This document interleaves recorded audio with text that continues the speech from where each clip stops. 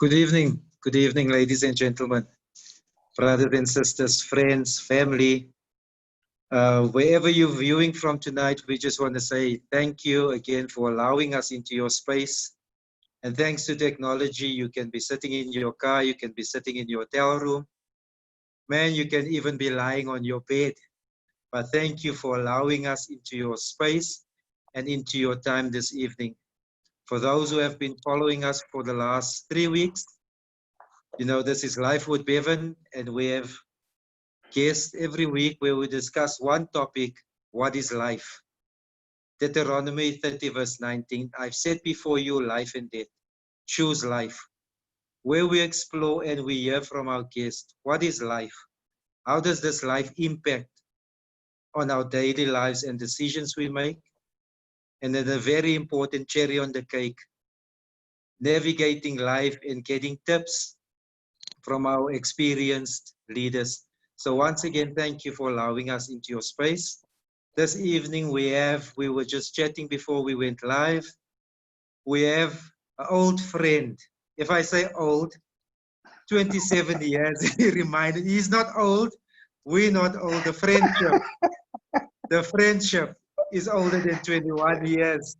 So we Yeah, want to say thank you, Pastor Alaister, for allowing us into your schedule and being part of what we're doing tonight. Welcome to you, sir. thank you. Thank you, Bevan.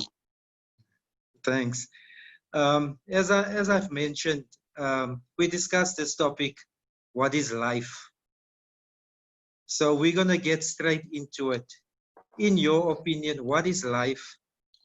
And if you feel free just to go on to the second, this life that we are told to choose, how does this life impact on what we term our daily lives? Because like I always say, there is more to life. We've determined that there is more to life. It's more than just waking up. So what is this life and how does it impact? Or what is life and how does it impact our daily lives based on decisions we make? Okay. Thank you once again, Bevan, for this invitation. It was an awesome opportunity and privilege just to touch base with you firstly. Before we came live, it was nice chatting to you just about life and some of the things that we could just talk about brought us to this place where we are sitting down, even though you're in Johannesburg and I am in Cape Town, in South Africa. There is a strong connection between us. What is Yes, sir. life? John 10:10 speaks about that Jesus has come to give us this life, but not just life, abundant life. Or Okay. another term used is full life. I like this that somebody said is to give us a rich and satisfying life. Okay. I think it's important for us to feel a sense of satisfaction. We might not have everything that we would like, and God knows why we won't have those things in our life right now. Some of Okay. us are not ready to receive those things at this moment in time, but in His perfect time, He makes all things well. He brings Okay. things together for our good. So life uh, is, I think life starts at birth, but it's that journey that takes us on this exciting experience with the Lord. And I think I remember in my own life, there was a day that I made a decision to follow the Lord Jesus, and Okay. He became that important person within my life. We're looking back to my early 20s. So from that time, my life took on a different pattern. And the choices, I'd like to just make this illustration. Because we were Cape Townians, we moved to East London. So we commuted between Cape Town and East London. But before coming to East London, one of the things was driving through, the gardens area, Neisner, Plet, etc., and driving towards East London. Everybody wants to get to the destination, but we forget to enjoy the journey, the scenery around us. I mean, the places are so beautiful in our country, but because we have just this one mindset, I need to get to my destination. And we forget about places like Plettenberg Bay, Jeffries. All we do is we get into our cars and we drive. I'm sure you can. Exactly. And we won't speak about the 140s and the 180s at times.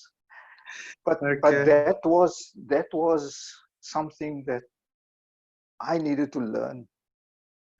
That life is a journey, and therefore every part of life you need to enjoy. You might have not had a good upbringing, but things could have changed for you now. And sometimes we want to just refer back to the past. But I think Jesus is saying to us that he wants us to live a satisfied life. I don't know if you know about that book Rick Warren wrote, The Purpose-Driven Life. Purpose-Driven Life, yes. Yeah. And the question there is, what on earth am I here for? That's an important question. What am I doing here on earth? I can't be a mistake. Maybe it was before I was born out of wedlock. Doesn't matter. But I'm here now.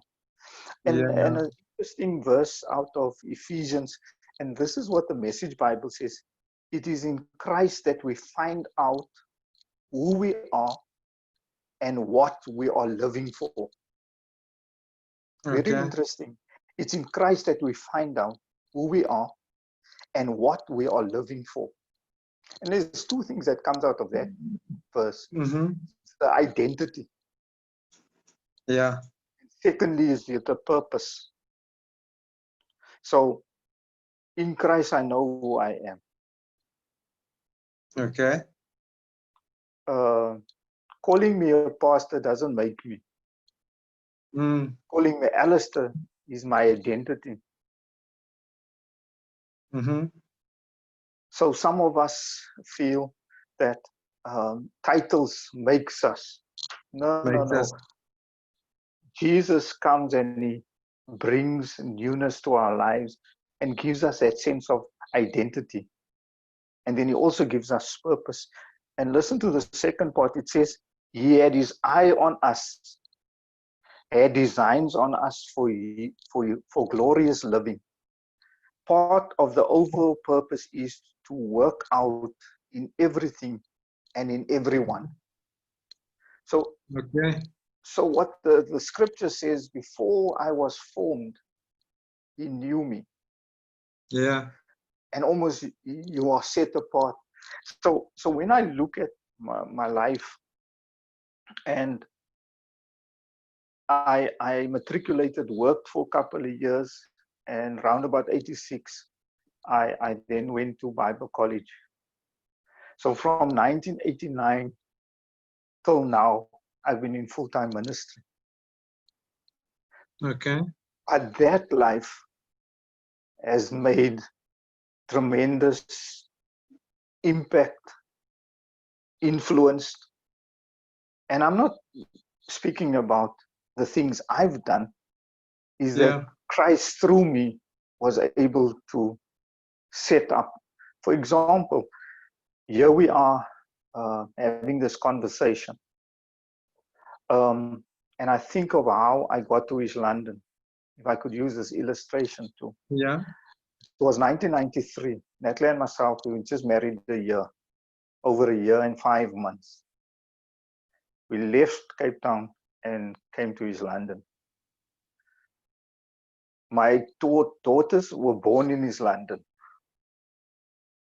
So there's a strong connection there for them, for us. if I could say, it was our second home away from Cape Town. But just being in the Eastern Cape for that period of time, life with people, touching different people's lives in different towns in the Eastern Cape, has shifted my own mind, which was very Western Cape. Western Cape. Okay. And you know what goes on in that mind. There's a lot of prejudice. Yeah. And I think life took me on that journey to prepare me for where I find myself now. Yes. You said I'm 17 years back in Cape Town, but East London was my preparation for where I find myself now. Now, Okay. if I talk about prejudice, leaving Cape Town, going to East London, now think back, if I tell you now that I'm in Sherwood Park, but some people might not know where Sherwood Park is, but if I say Menenberg, then there's another shift that takes place in people's minds. Life in Menenberg, my question is, who must then go there? Okay. If God allows you into a space, He wants you to occupy the space and live life there.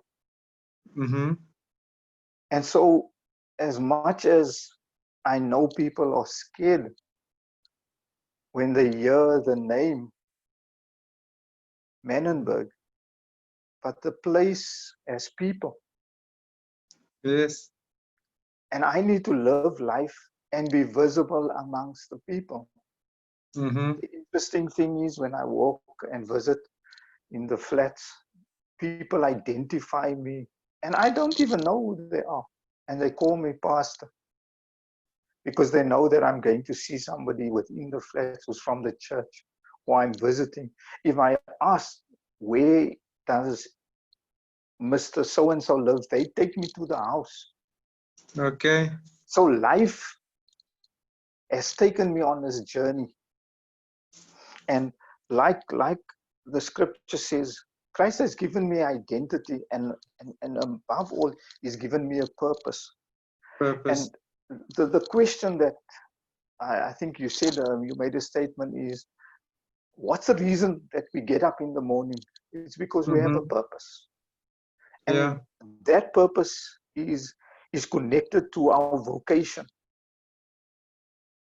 That because I feel there is a great calling on my life, I want to venture out with a purpose every day. And you might be in a different field, but there is a purpose. True. In what you are doing in the marketplace, which is so different to where I find myself. I mentioned in my short biography that I moved from youth into men's. Now I'm busy with marriage. Okay. I spend a lot of time marrying people, but it gives me an opportunity to do premarital counseling before I marry them. So my impact is important to know that where I find myself a few years ago, it was with youth. You had your impact there, but then you have progressed to something different. It was with just men. And now I find myself dealing with a lot of marrieds. But the wonderful thing I want to believe is understanding my purpose now as I start getting a bit older. Okay. When I work towards, say, retirement now, what is my purpose going to be?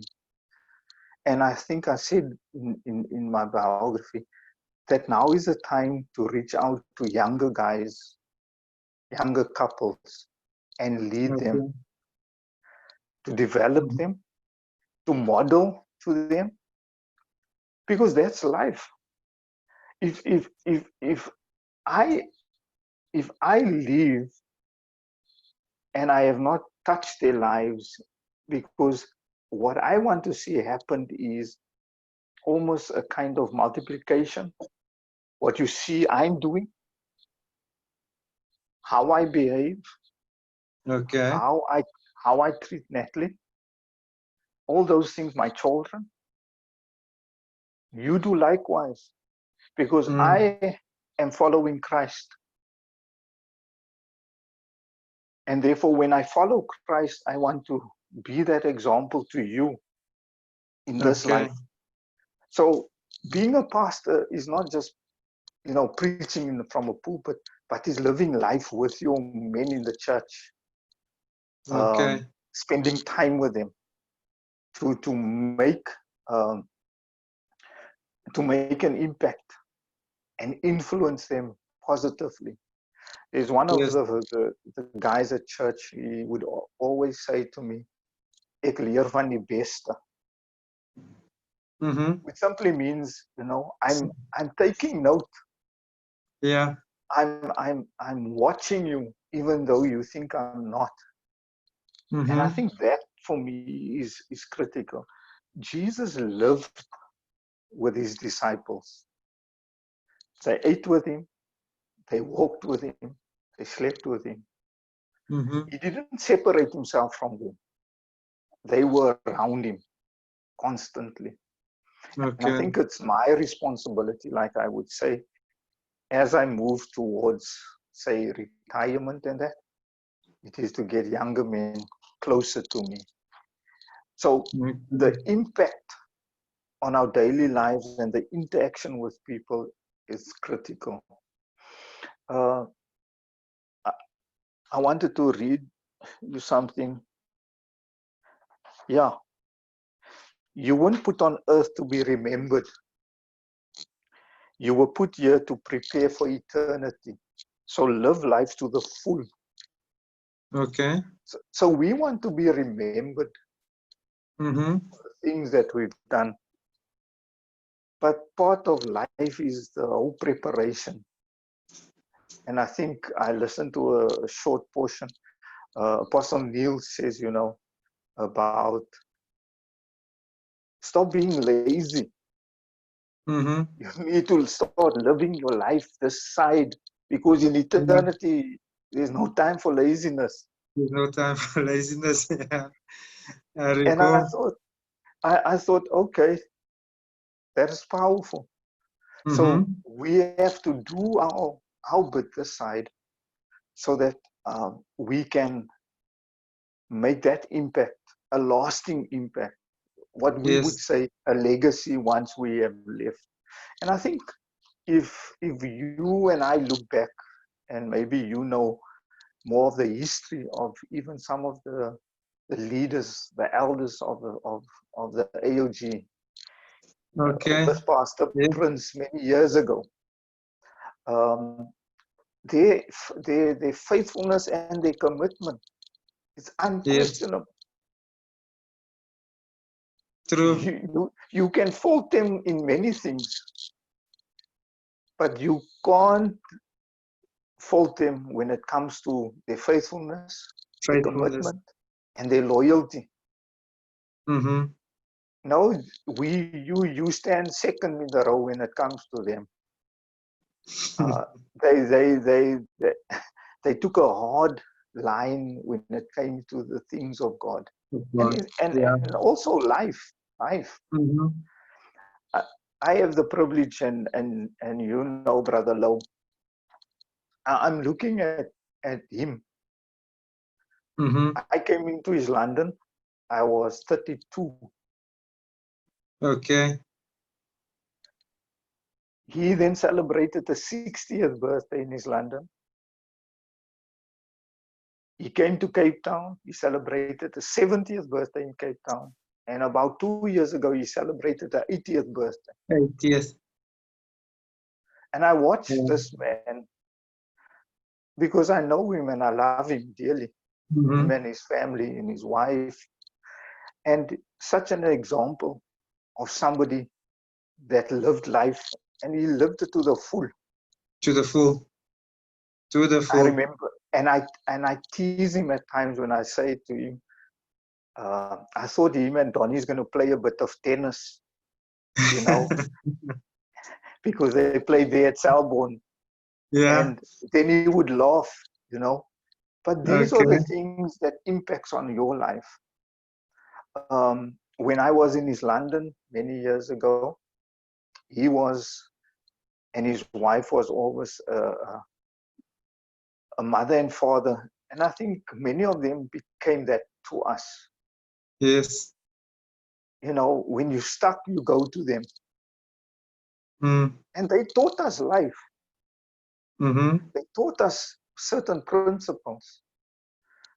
I remember even not having a car to travel to Cape Town.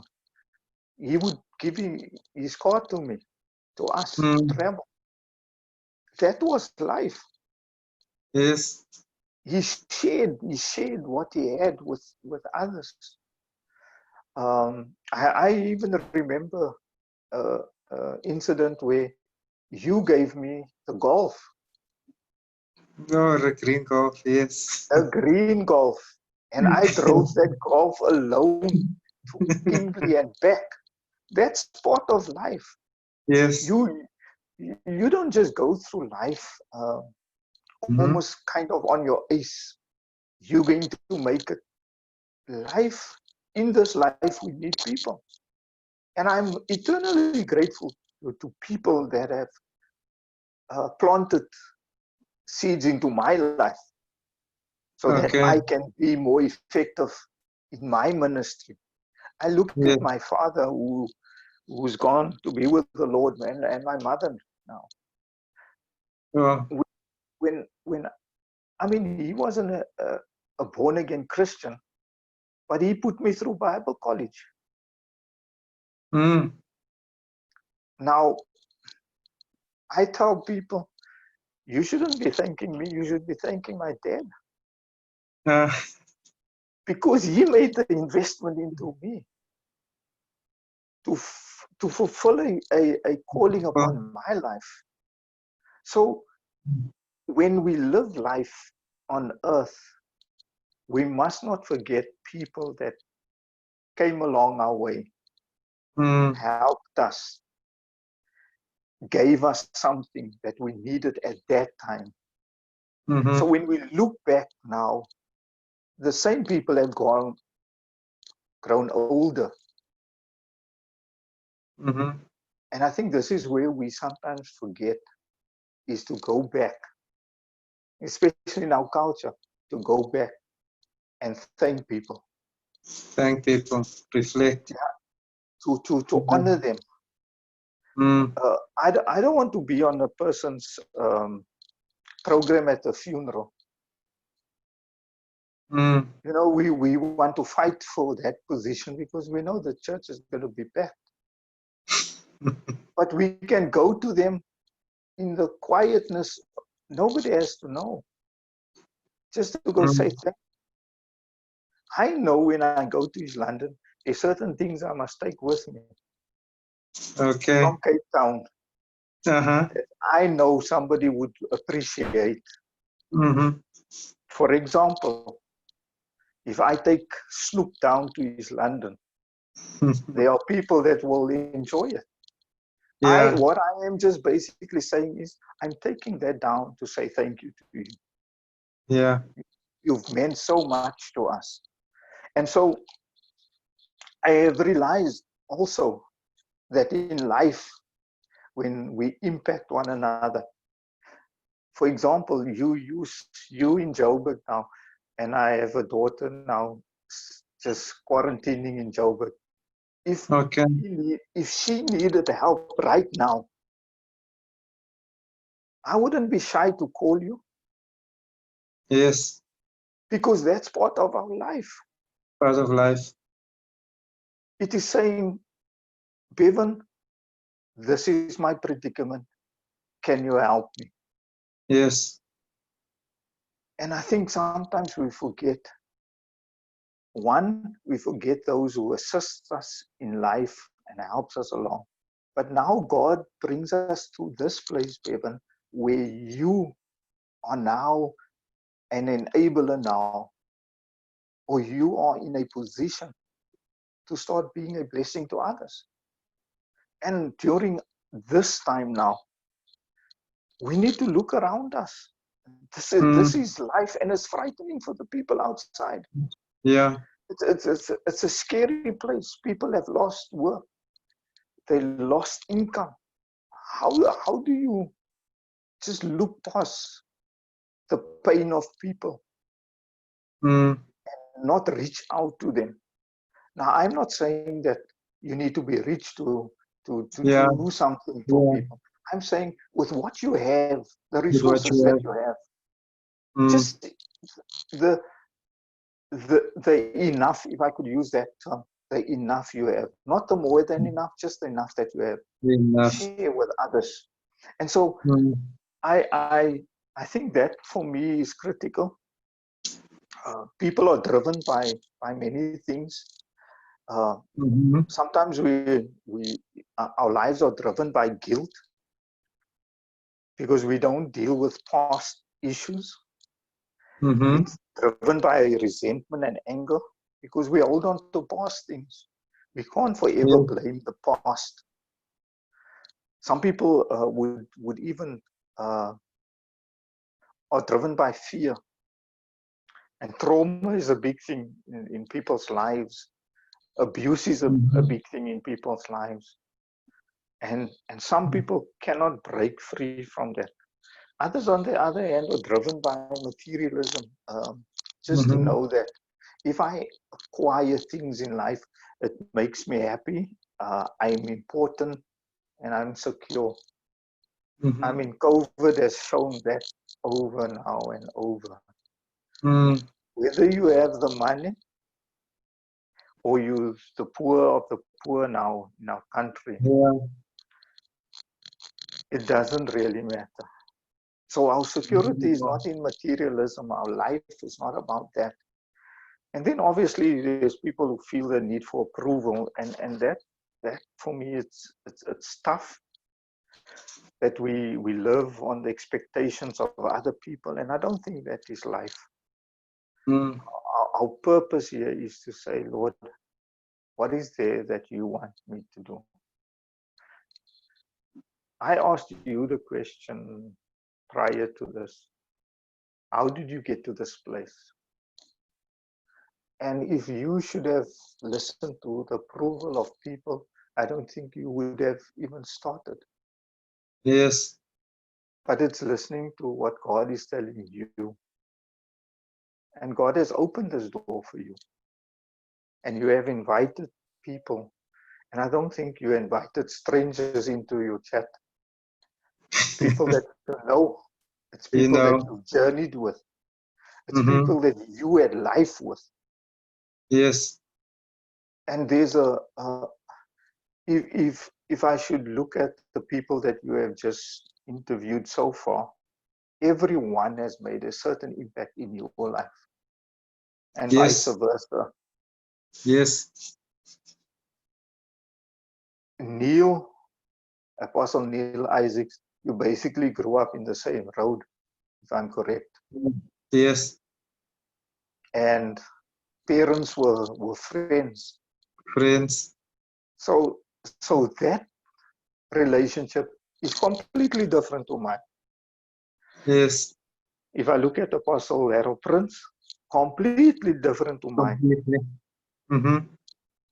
But every one of us separately has impacted on Bevan and Bevan on us. Yes. And that's where we find ourselves tonight, in a good place to share about life. And so I want to say that this life is one journey. I've said it over and over to Natalie. You know, sometimes there's this thinking that when I retire, then I want to do this, I want to do that, or we're going to do things together. You know, we can't wait for retirement. God wants us to enjoy life today.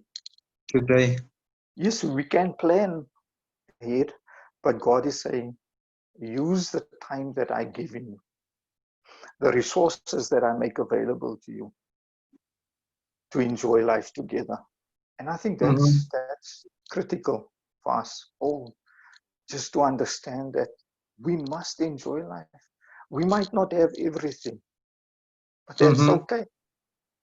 But just to know that, I mean, today in South Africa or in the world, the one thing that you can be glad for is your health. Yeah. You don't even think about money at this moment in time. You don't think about materialism today.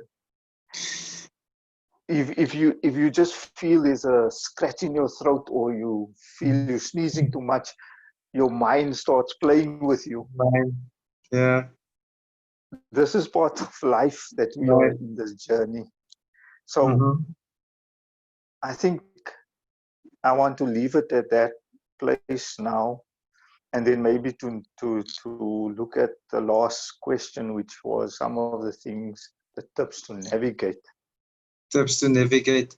Yes, life. do share with us. How do we navigate this life? You know, I just like what you say as we switch over to that last portion. What stands out for me is the one word that comes to mind, multi-generational vision. Yeah. You know, and that certainly speaks about how you connect to others, how others impact you, how you impact others. So I just love, you know, reminding us tonight the importance of a multi-generational vision, because it doesn't start with you. I mean, you made an example of your father, so I can almost say indirectly life didn't start with you, and it certainly is not going to end with you. Yeah. You know, so thanks for just reminding us tonight of that multi-generational vision and taking care of how we live our lives. As you switch over to just sharing some tips on navigating this life, Pastor. Thanks, Bevan. I think one of the things that Rick Warren speaks about life, and he uses three things. There is life is a test, life is trust, and life is a temporary assignment.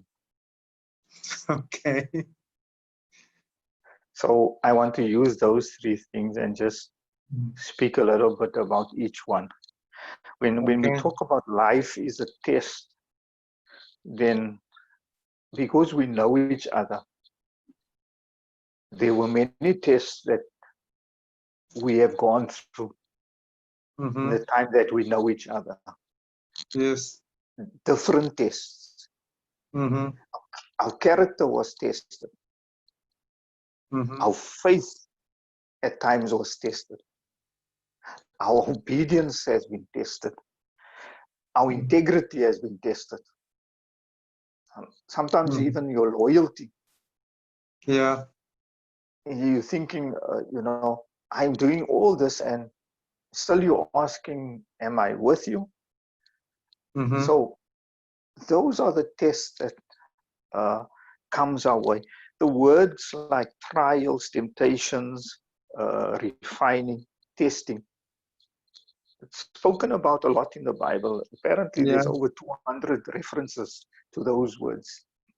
Trials, temptations, refining. And if God tested Abram with his son Isaac, if I could use and say that he passed the test because he was going to kill him. Yeah. But then you look at David again on the other hand, who was tested, but he failed the test. Adam and Eve, they failed the test. What I like about what I see in the Bible is it doesn't show us perfect people, but it gives us insight into men and women who stood the test, who did not buckle. And obviously it helps us. But it also on the other hand says, but there were ones who were just like us. who failed. I tried hard, and sometimes in different areas we are good, but it's just this one thing that I'm still struggling with. Even now, as I sit here, there's some stuff I can still struggle with. I still sometimes in the car, when it's really heavy traffic and people are not driving the way you would like them to drive, you just feel a sense of, if I get out of this car now, you struggle. We're not perfect, but the test is real. The test is real. It's real. We sometimes tested in our marriage life as a couple. If that does go well, then you test it with your children again. And you ask yourself, where's this all leading to? God is refining you in this life. He can't refine you after you have passed on. It's in this life you need to be refined. You need to understand that God is busy working within your life. And so there are examples of men and women who struggled, but they overcame. And if I could just reference a good friend that we both know, Anthony Noble. Yes. And the potter's wheel. Potter's wheel, that comes to mind. Yes. And Anthony has a way of, Tony, as we called him, had a way of taking that clay and just dumping it down. And then he starts working that wheel. And he shapes the pot. And the next moment, he just stops and he breaks the thing. And everybody's like, what did you do now? Why? It was such a perfect. Then Tony says, but I'm in control here. This clay cannot speak back to me. And I have this picture of him sitting right here now. And I think the important thing is to stay on the wheel while he's busy with us. And so God is busy refining us. Had I been in the pastorate maybe at the age of 32 when I came to East London, pastoring a church, I think I would have messed up a lot of things. Okay. But I was 42 when I started at Sherwood Park, pastoring a church now, leading people. I think I was more refined. Yeah. And somebody mentioned this the other day. We must understand seasons, but we must understand timing too.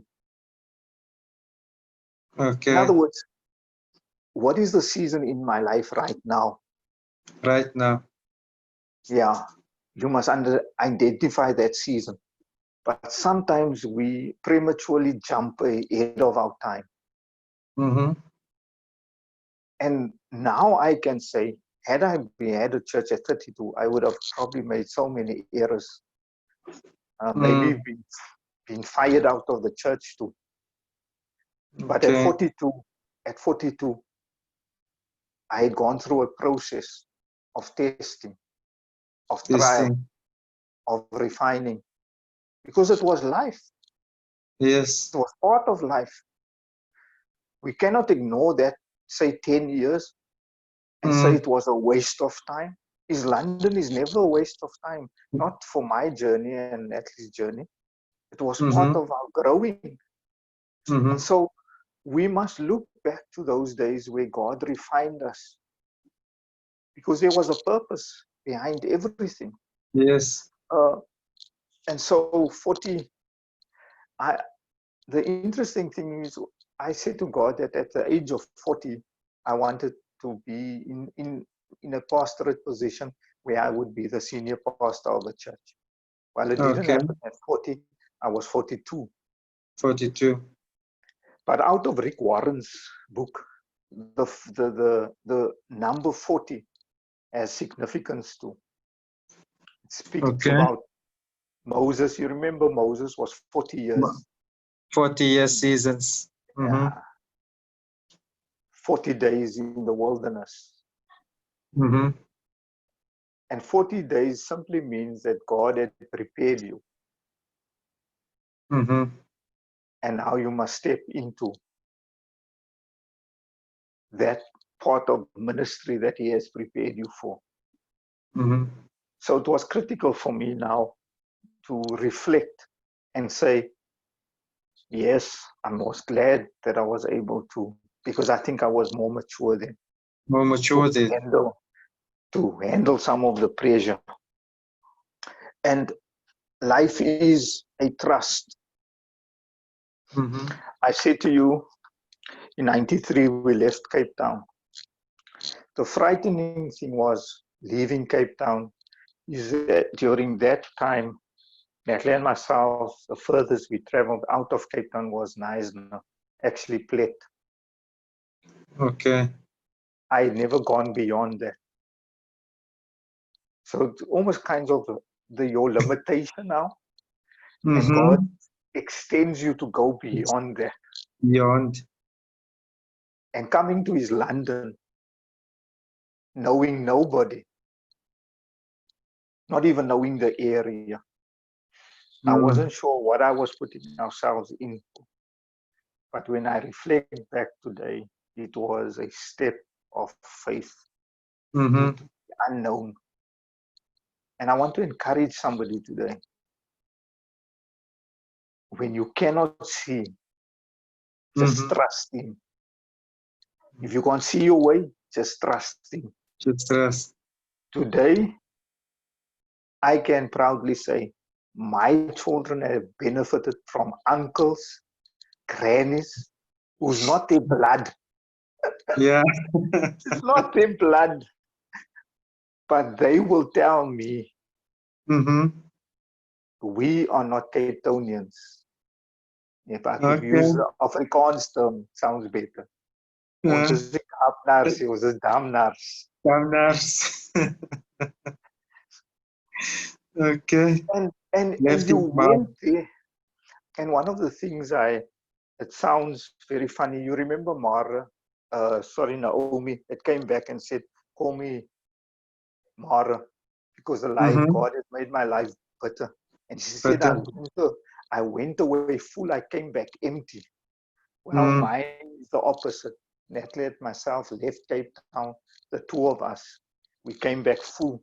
We came with two daughters, yeah. That's how God blesses when London left its mark. Yeah, when you step out in faith and you trust God. But I also want to believe that God trusts us with resources. You know, everything we possess, my intelligence, my opportunities, my relationships. Even today, I can say,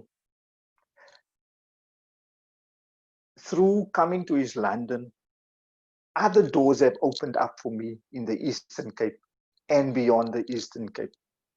Okay. Today, I have friends in Durban. I have friends in Kimberley. I have friends in Johannesburg.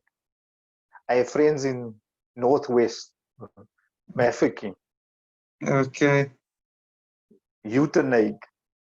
I can come all the way up. It was just through, had I stayed in Cape Town, I would not have had that exposure. That is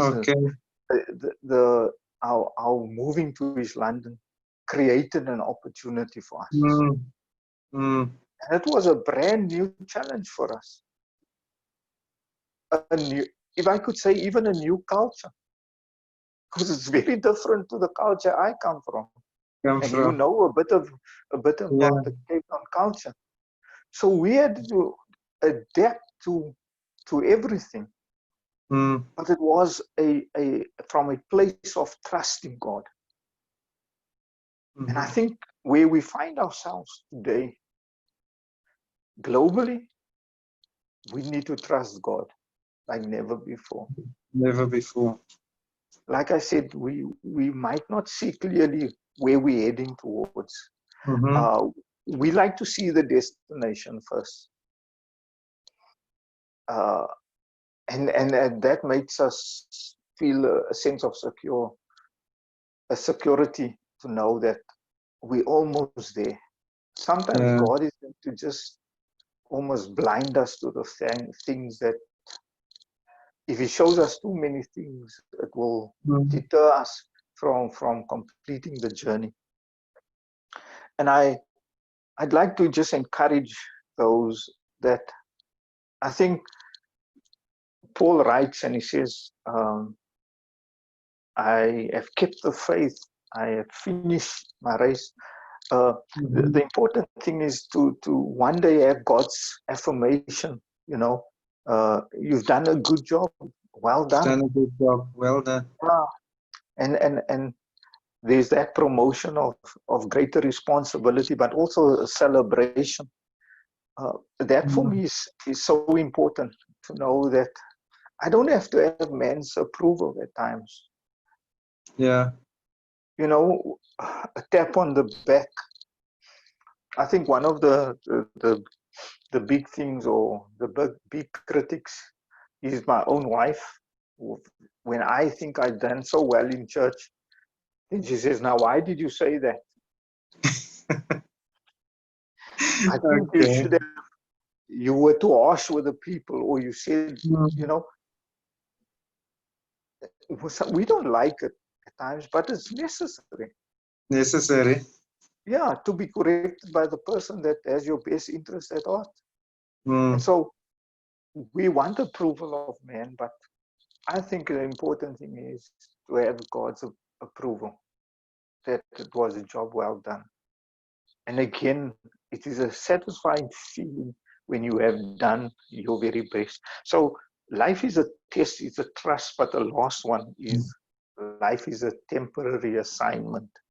And there's two truths about this assignment: that life is extremely brief, and the second thing, that earth is only a temporary residence.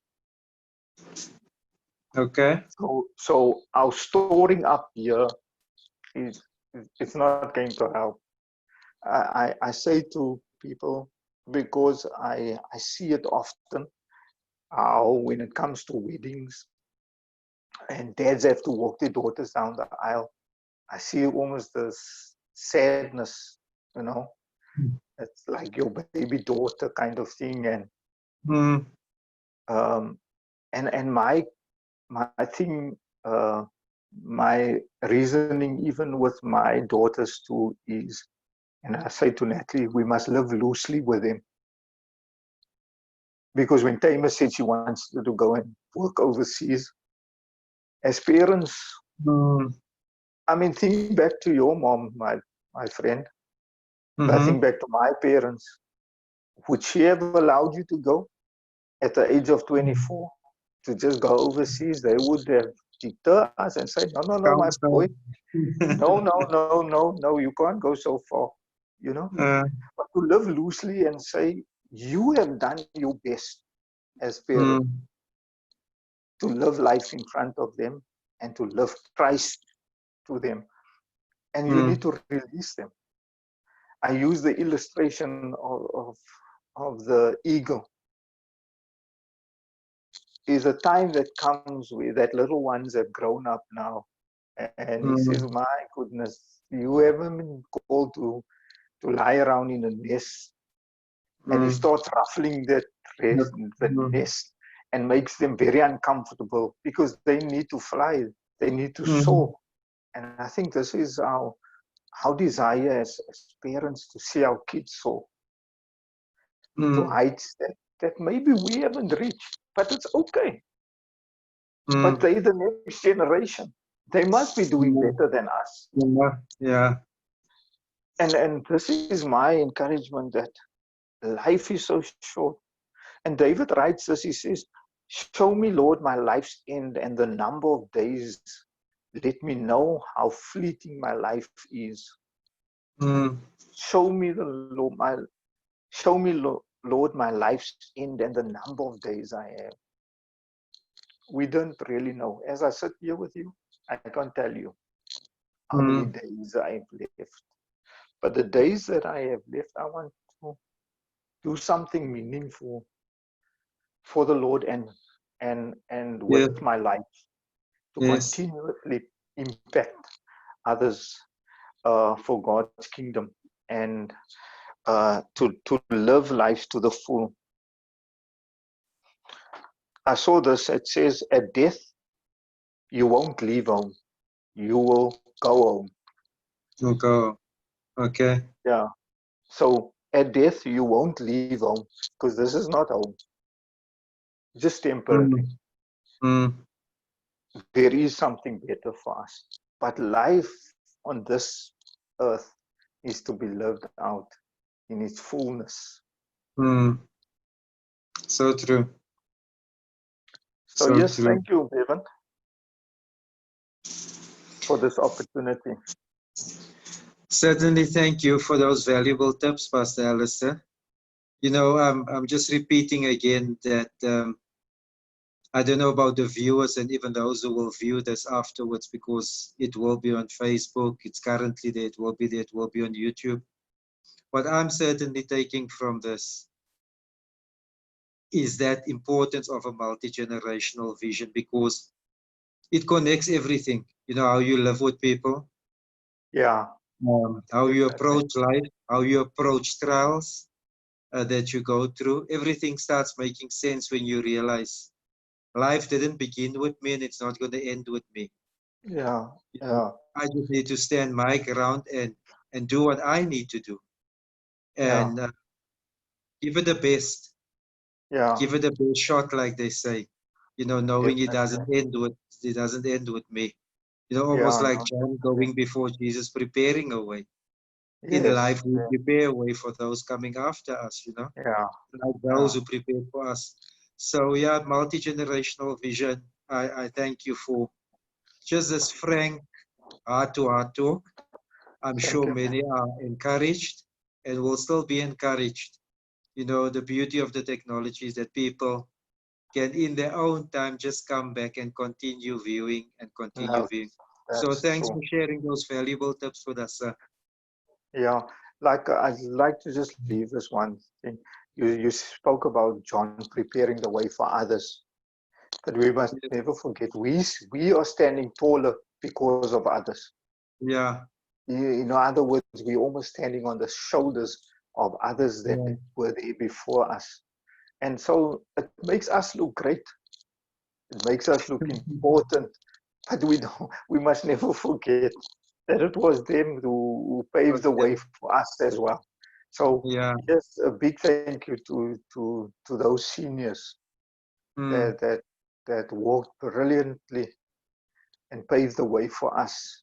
Um, for, I don't want to mention names, but mm, it was interesting to see how um, on Facebook now the other day they just shared a few names of just ladies that you and I mm, know, and yeah, these were our mothers and our mm, fathers that we could look up to, and um, there is just a sense of they attract you towards them mm, because of their love and concern, because they had, I mean, when I left East London, some of them were late 60s, early 70s already. yeah, So they had had been through and through life many times. many So times. many a times. So thank you so much, Bevan. I appreciate this wonderful opportunity for our friendship, and then also for inviting me to just share with you tonight. Okay. Thank Thank you. you again. Thank you again. So there you have it, viewers. Have a good evening. Be blessed. Keep safe. Stay safe. Social distancing. We'll be back, God willing, next week, Tuesday at 8. 28th of July, we'll be interviewing Apostle Harold Prince. And then on Thursday, the 30th of July, we'll be interviewing Apostle Monto van der Merwe from Spirit Life Church in Port Elizabeth. Thank you, Pastor. Like I say, Bless you. valuable Thank you. tips. Have a good evening and regards to the family. Thank you Have a so good much. evening. God bless you too. Amen. Bless you too. Thank